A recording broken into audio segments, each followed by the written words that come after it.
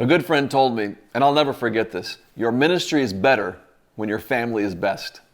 Your ministry is better when your family is best. And listen to me on this one. If we get family right, if we get that right, the whole world works right.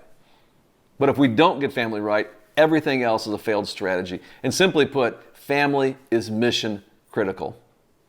All right, so how do you do it? How do you live in community of togetherness, this great collaboration with your family?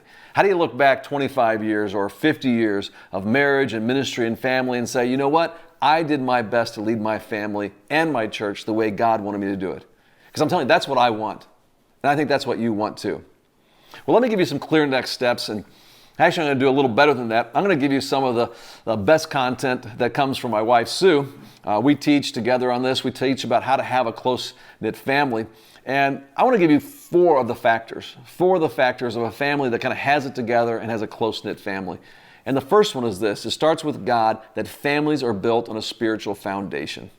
Fuller Youth Institute, a study that they did on relational dynamics, analyzed the warmth of families. They looked at 300 families over the span of 35 years. And the findings revealed that the number one value that correlated to a family that had warmth and togetherness was faith. That was the number one thing, faith. In fact, they said this: families in which children and parents felt close were more likely to be families in which children adopted the faith of their parents.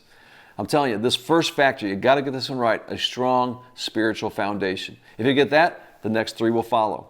The second has to do with marriage. That's the second factor, that you love being together as a couple. The most important thing that a father can do for his children is to love their mother. And it's also true that the most important thing that a mother can do for their kids is to love their father. And now if I wanted, I could probably give you a long list of kind of things to help you have a loving together relationship, like date nights and knowing your spouse's love language and getting counseling, and every one of those would be helpful. But the single greatest challenge to loving one another and loving being together is around conflict.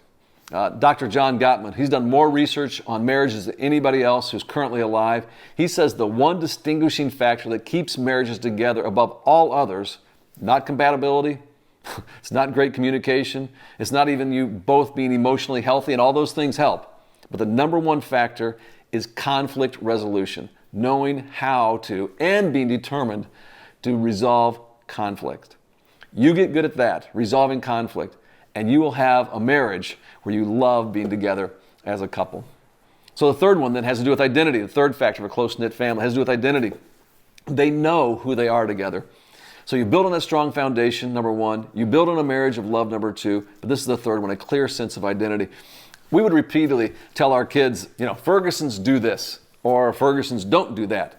And we would fill in those blanks with things like Fergusons tell the truth. Fergusons do share. Fergusons are not quitters, or one of my favorite, Fergusons are not whiners. I like that one. But with each of these statements, we would help build the identity of our family. And so we'd both know who we are individually, but also who we are when we come together. Sherry Surratt, who's the former CEO of MOPS and conference speaker at Exponential, she said this, and this stuck with me: ministry makes a great calling, but a lousy identity. Ministry makes a great calling, but a lousy identity.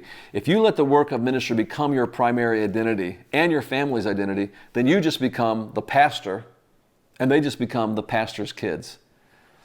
I don't think you want that. It's great to love your calling, but as Sherry points out, it makes a lousy identity. So, number one, first factor is God, a spiritual foundation. Number two, a marriage where you love being together. But thirdly, an identity where you know who you are individually and who you are together. But then the third key factor of a close-knit family, a family that loves being together, has to do with time. They do life together, all right? It's as simple as that. They look forward to spending time together. It's just what they do. And one of the things, when Sue and I coach other parents, and we live this out as well, we try to encourage them to find a rhythm to spending time together. We say this: connect daily, play weekly, abandon annually.